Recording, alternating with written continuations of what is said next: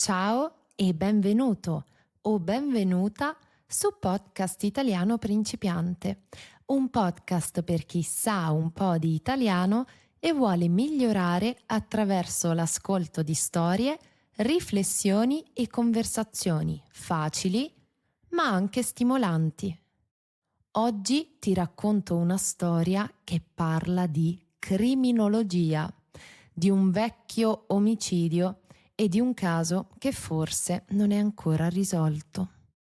Prima di iniziare, ti ricordo che questo episodio arriva con una trascrizione e con note grammaticali e lessicali che possono aiutarti a capire meglio la storia e a migliorare il tuo italiano.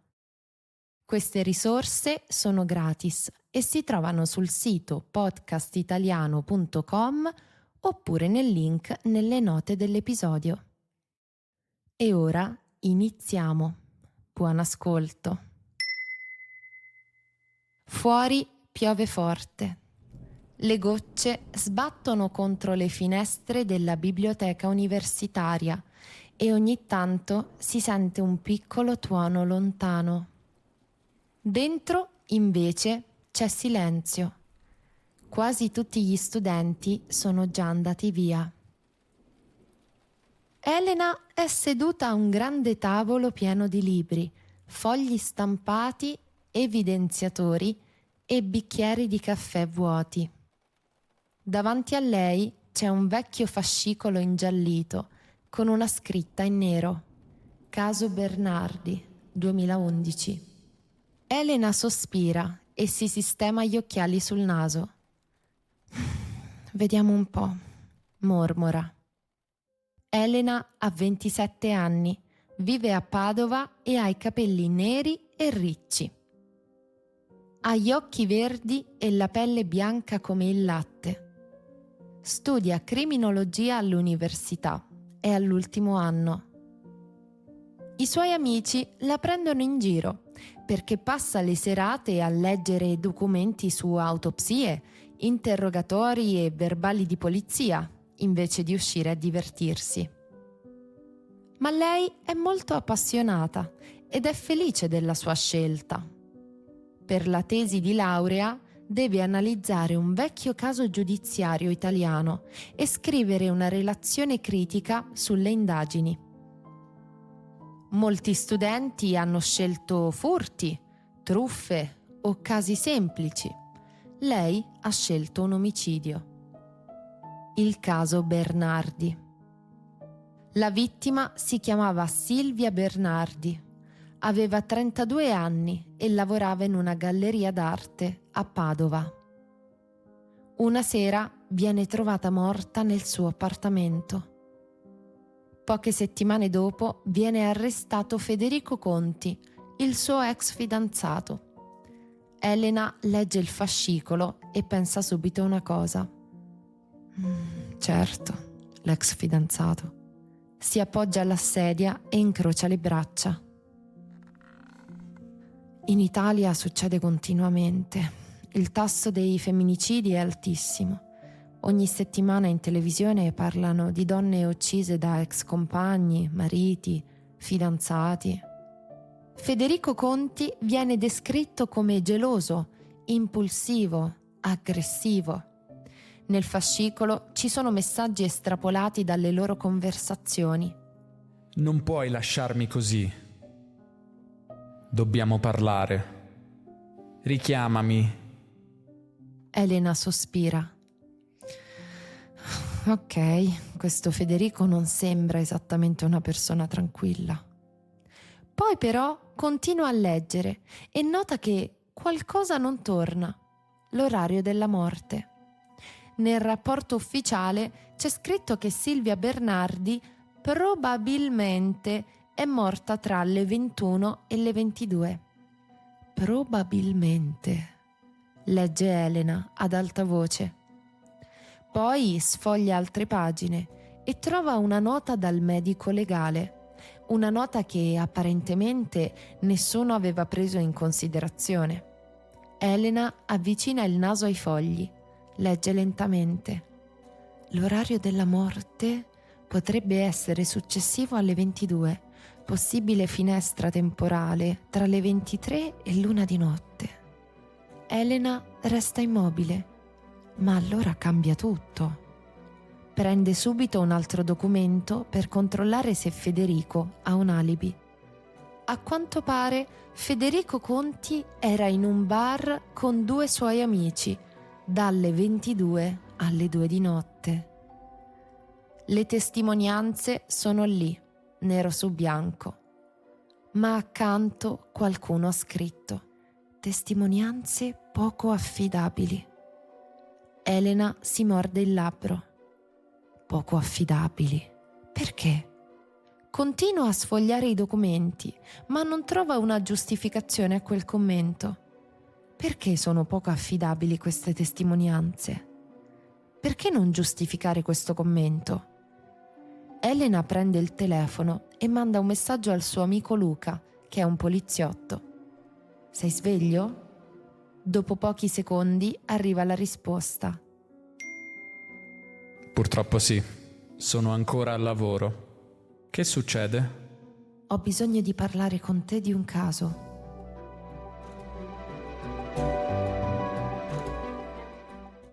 Il giorno dopo, Elena e Luca si incontrano in un piccolo bar vicino all'università. Luca arriva stanco, con le occhiaie profonde e la divisa aperta sotto la giacca. Elena, ti prego, dimmi che si tratta di un caso interessante. Elena gli dà il fascicolo. Luca inizia a leggere mentre mangia una brioche. Dopo qualche minuto smette di masticare.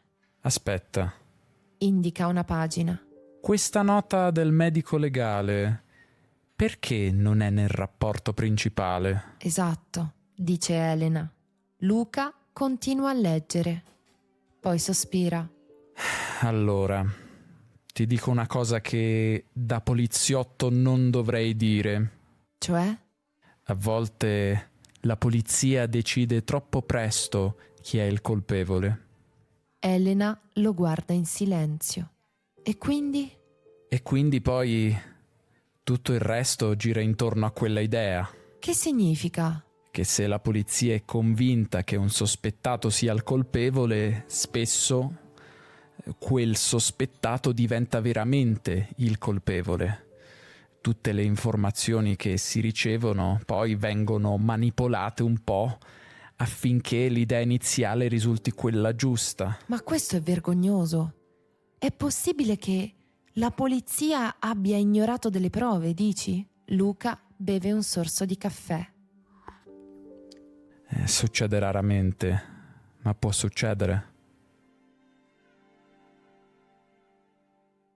Nei giorni successivi, Elena diventa ossessionata dal caso. Passa ore negli archivi dell'università, legge ogni singolo documento, ogni singola deposizione. Una notte trova la testimonianza di una vicina di casa. La testimone afferma: ho sentito una voce maschile nell'appartamento, ma non so di chi fosse. Elena gira pagina. Nel rapporto finale, quella frase diventa: la testimone riconosce quella che è probabilmente la voce di Federico Conti. Elena sbatte il fascicolo sul tavolo. Ma non è quello che ha detto! Hanno manipolato la testimonianza!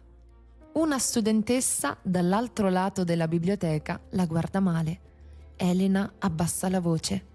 Hanno manipolato molte informazioni. Più legge, più Elena trova dettagli strani. Persone ignorate, testimonianze cambiate, informazioni sparite. Nei fascicoli trova un nome ricorrente: Matteo Serra. Questo nome compare nelle prime pagine del fascicolo. Imprenditore, amico stretto della vittima. Poi, improvvisamente, questo nome sparisce completamente dalle indagini. Elena aggrotta la fronte. Perché? Quella sera chiama Luca. Posso chiederti se puoi fare un controllo su una persona? All'inizio del fascicolo viene nominato varie volte un certo Matteo Serra. Poi all'improvviso il suo nome scompare completamente dalle indagini, senza giustificazioni. Secondo te è normale? Cosa? Uno compare all'inizio delle indagini e poi, puff, sparisce. Luca resta zitto. Dipende da chi è. Puoi elaborare? Se uno ha soldi, conoscenze, amici importanti, certe volte diventa invisibile. Elena sente un brivido. Nei giorni successivi continua a scavare. Alla fine trova un'email stampata. Un investigatore scrive: Serra va trattato con cautela. Sotto qualcuno ha scritto a penna: lasciar perdere. Elena resta in silenzio per qualche secondo. Poi sussurra: chi diavolo è Matteo Serra? E perché va trattato con cautela o lasciato perdere? Elena chiama Luca e gli chiede di raggiungerla in biblioteca. Lui arriva con una chiavetta USB. Fai attenzione, queste sono informazioni delicate. Che cosa? Sono serio, non metterti nei guai. Elena apre il file. Si tratta di un video di sicurezza di un parcheggio vicino all'appartamento della vittima. Nel processo si dice che il video era inutilizzabile, ma il video si vede, in realtà. È sfocato, sì, però si vede chiaramente. Il video mostra la vittima entrare nel palazzo in cui viveva alle 23:12. Dopo qualche minuto, un uomo vestito di nero scende da una macchina blu parcheggiata e la raggiunge dentro. Luca guarda Elena. Ho fatto delle ricerche. La targa della macchina appartiene a Matteo Serra. Elena sente lo stomaco chiudersi. Ma allora non è morta tra le 21 e le 22? Alle 23:12 era ancora viva. Ma allora Federico Conti... Era davvero al bar quando Silvia è stata uccisa. Federico aveva un alibi.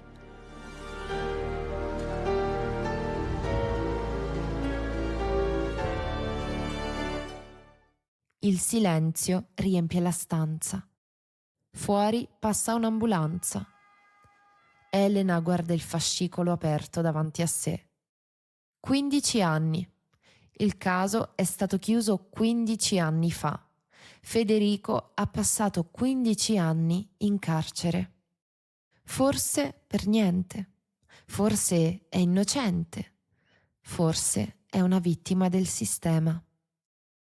Elena non dorme per 3 notti dopo aver raccolto l'ultimo tassello del puzzle. Il video, i tabulati telefonici, le incongruenze nei verbali, le testimonianze ignorate, tutto combacia in modo terribile e perfetto. Quando entra nello studio del professor Rinaldi con una cartella piena di documenti e appunti evidenziati, ha le mani che tremano. Il professore la guarda. Elena, come va con la tesi? A che caso stai lavorando? Elena appoggia la cartella sulla scrivania. Ha un caso da riaprire. Per quasi 2 ore il professore rimane in silenzio mentre sfoglia quelle pagine. Più va avanti, più il suo volto cambia espressione. Dalla curiosità allo stupore, dallo stupore all'inquietudine. Alla fine si toglie gli occhiali lentamente. Se questa roba è vera, Mormora. hanno mandato un innocente in prigione. Elena annuisce con gli occhi lucidi. Credo che Federico sia innocente. Il professore si alza immediatamente. Nei giorni successivi contatta un giornalista investigativo e un avvocato penalista. Da lì inizia una valanga impossibile da fermare. 3 mesi dopo, la procura annuncia ufficialmente la riapertura del caso Bernardi. I telegiornali ne parlano ovunque. I quotidiani pubblicano titoli importanti. Nuove ombre sul caso Bernardi. Condannato un innocente? Le indagini del caso Bernardi, manipolate? Vecchi investigatori vengono interrogati di nuovo. Alcuni resistono, altri crollano sotto pressione e lentamente emerge qualcosa di spaventoso.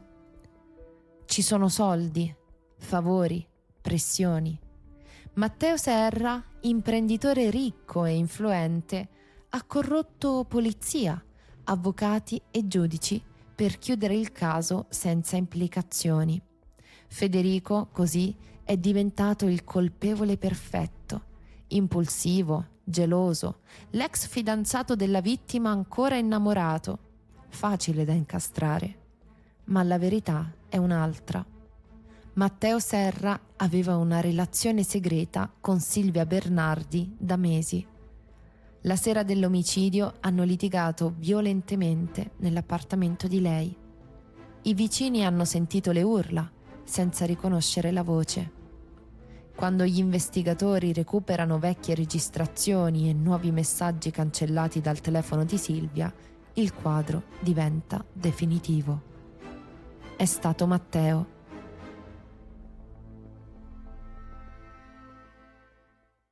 L'arresto avviene all'alba davanti alle telecamere.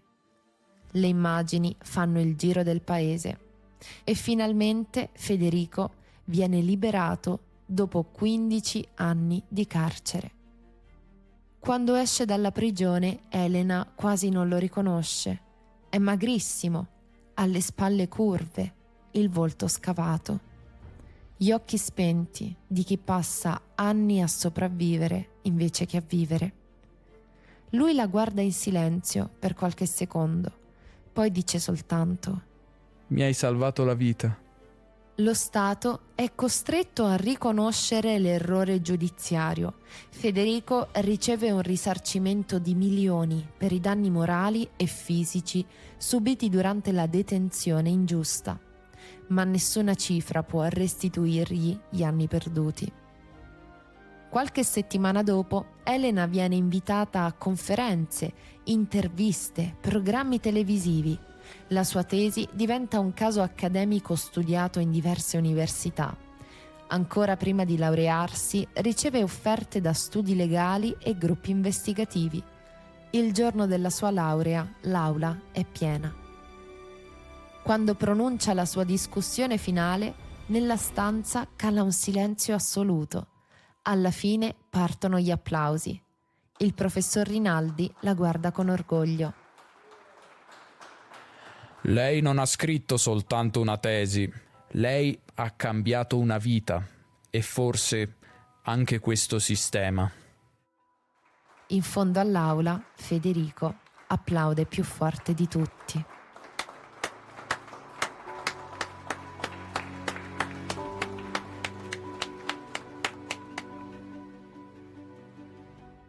La storia di oggi finisce qui. Spero ti sia piaciuta. Oggi abbiamo parlato di indagini corrotte e di errori giudiziari. Purtroppo nella realtà esistono davvero casi simili. Ti interessano le storie criminali e i casi irrisolti? È un argomento che ti mette ansia oppure ti interessa? Ascolti qualche podcast o segui qualche serie TV crime? Raccontamelo nei commenti. Allora ti saluto, grazie per l'ascolto e ci sentiamo nel prossimo episodio. Ciao!